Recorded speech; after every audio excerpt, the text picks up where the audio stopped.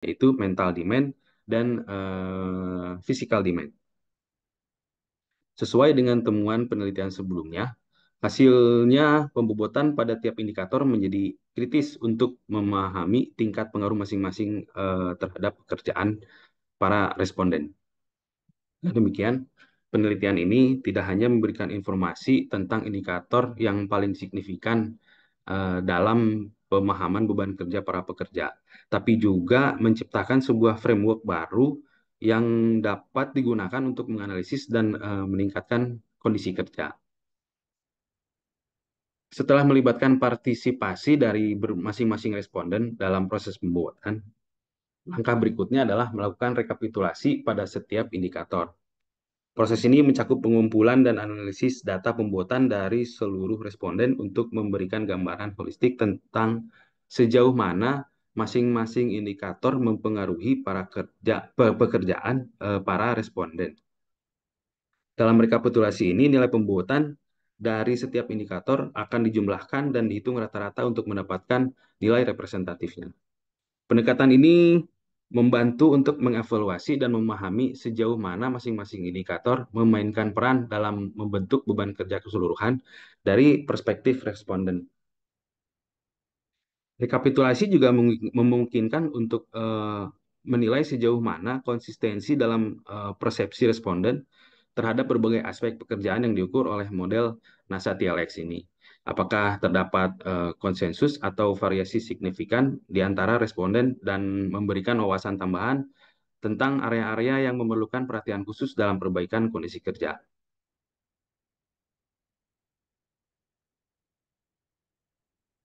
Lalu berikutnya, pemberian rating. Pemberian rating dalam konteks ini merujuk pada data subjektif yang diperoleh melalui pengisian kuesioner tadi oleh responden terkait dengan pekerjaan mereka dan beban kerja mental yang mereka rasakan. Rating ini mencerminkan persepsi dan penilaian subjektif dari masing-masing responden terhadap indikator-indikator tertentu yang terkait dengan beban kerja mereka, sebagaimana diukur oleh model NASA TLX. Pada dasarnya, data ini menciptakan pemahaman mendalam tentang bagaimana pekerja mengalami dan menilai berbagai aspek pekerjaan mereka secara mental. Penggunaan kuesioner memungkinkan responden untuk memberikan penilaian terhadap sejumlah indikator yang telah ditetapkan dalam model NASA TLX yang mencakup aspek-aspek seperti kesulitan tugas, tekanan waktu, performa, usaha fisik, usaha mental, tingkat frustasi, tingkat stres, kelelahan, dan jenis aktivitas yang dilakukan.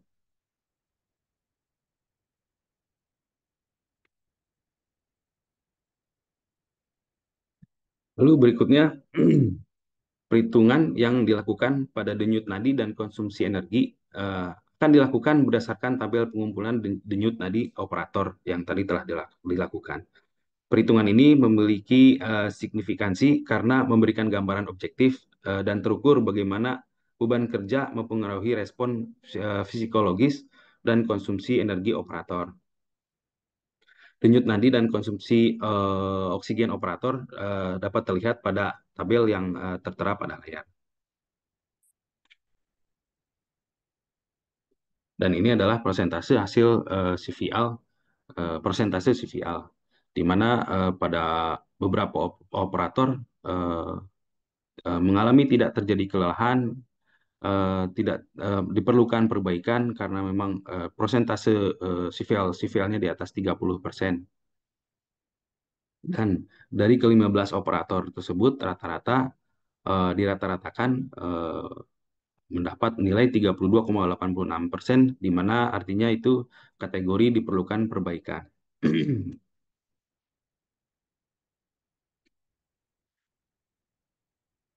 Dan ini nilai produk dari NASA TLX dan WWL atau Weighted Workload.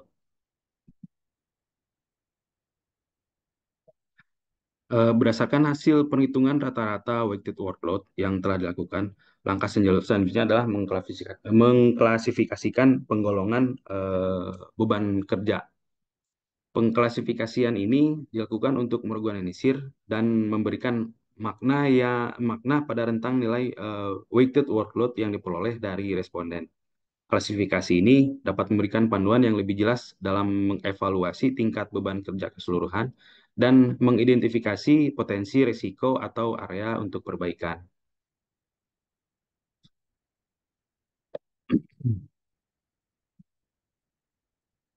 Kemudian usulan perbaikannya ada beberapa di antaranya. Yang pertama adalah pengoptimalan peralatan dan alat bantu. Di dalam melaksanakan perawatan, eh, para responden eh, terbantu jika memang terdapat alat bantu yang memang proper untuk dalam pengerjaan perawatan maintenance pesawat. Yang kedua, peninjauan ulang tata letak dan desain tempat kerja, di mana dari hasil pemantauannya eh, desain dari tempat kerja ini terlalu terlalu kompleks dan terlalu rumit dan membuat pergerakan dari para responden ini terbatas sehingga efisiensi terhadap waktu pun terganggu. Yang ketiga, peningkatan ketersediaan teknisi berlisensi, di mana untuk menyediakan teknisi yang berlisensi ini juga eh, tidak tidak bisa dalam waktu yang sangat singkat dan diperlukan time frame untuk pemenuhan ketersediaan untuk teknisi yang berlisensi. Lalu berikutnya pengelolaan jumlah pesawat dan tipe pesawat. Jadi hasil pemantauan di mana banyak sekali tipe pesawat menyulitkan pula kembali lagi ke tadi untuk mencetak teknisi yang berlisensi. Jadi diharapkan penggunaan tipe pesawat yang tidak terlalu beragam macamnya akan menjadi salah satu usulan perbaikannya. Sebagai contoh, bila memang menggunakan satu brand tipe pesawat, eh, gunakanlah brand pesawat yang satu pesawat itu. Ataupun karena dengan berbagai regulasi yang ada di dunia, di mana terdapat dua negara adidaya, yaitu Amerika dan Eropa, bisa mengkombinasikan antara dua tipe pesawat ini. Yang kelima, pelatihan dan pengembangan keterampilan. Untuk pelatihan dan pengembangan keterampilan di sini dapat menunjang produktivitas para karyawan dalam melaksanakan perawatan pesawat udara, di mana banyak standar praktis dalam pengerjaan perawatan pesawat udara yang dapat dikembangkan dalam pelatihan tersebut. Begitu pula berikutnya pengelolaan jam kerja dan istirahat, kemudian analisis ergonomi pada lingkungan kerja. Dan berikut adalah cardiovascular load, denyut nadi istirahat dan denyut nadi kerja pada improvement. Dan ini denyut nadi maksimal nadi kerja dan hasil perhitungan dengan konsumsi energi. Dan eh, hasil persentase cardiovascular load setelah improvement terjadi perubahan yang signifikan dari persentase persentase kardiovaskular dari sebelumnya, di mana operator 1 sekarang bisa turun sampai 17,3%, di mana kategorinya itu tidak terjadi kelelahan, sampai dengan operator ke-15. Walaupun masih ada persentase yang di atas 30%, namun tidak banyak. Sehingga rata-rata persentase CVL berada di 22,35%, yang dimana kategorinya itu tidak terjadi kelelahan. Dan cardiovascular load dalam uji beda untuk improvement ini, hasil ini memberikan indikasi kuat bahwa terdapat perbedaan yang signifikan antara nilai persentase CVL awal dan persentase CVL setelah diterapkan usulan perbaikan. Dan ini pemberian rating setelah improvement,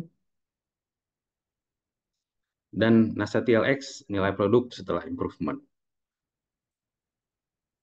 dan nilai weighted workload.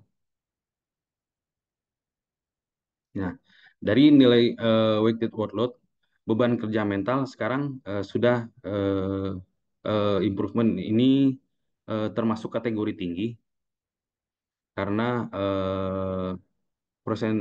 nilai dari tinggi itu 50 sampai 79%, di mana termasuk kategori golongan beban kerja tinggi dan agak tinggi.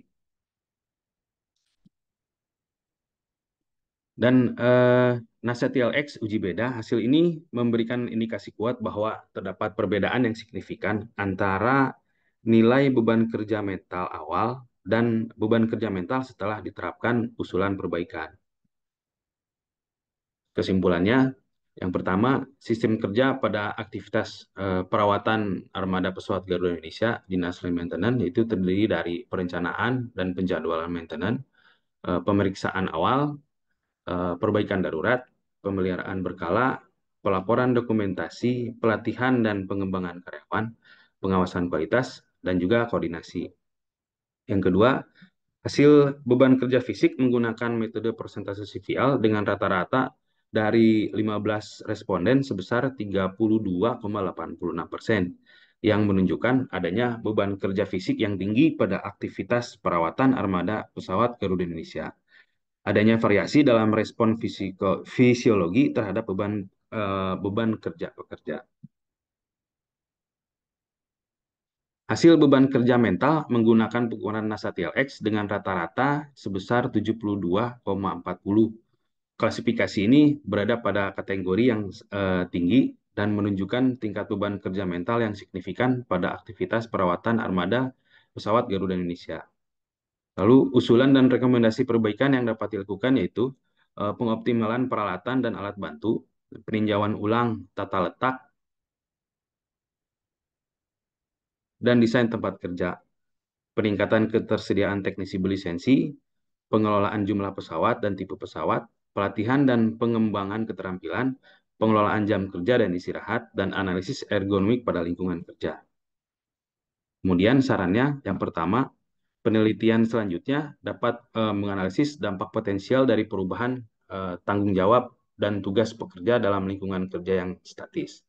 Saran yang kedua yaitu penelitian selanjutnya dapat meneliti hubungan antara kondisi fisik dan produktivitas pekerja tanpa adanya perubahan kondisi fisik selama penelitian. Yang ketiga, penelitian selanjutnya dapat membandingkan hasil penelitian dengan lokasi lain di luar Terminal 3 Soekarno-Hatta International Airport, Tangerang. Yang keempat, penelitian selanjutnya dapat melibatkan aspek biaya dalam usulan perbaikan. Demikian presentasi dari saya, Hendri Agung Pratasik. Terima kasih. Assalamualaikum warahmatullahi wabarakatuh.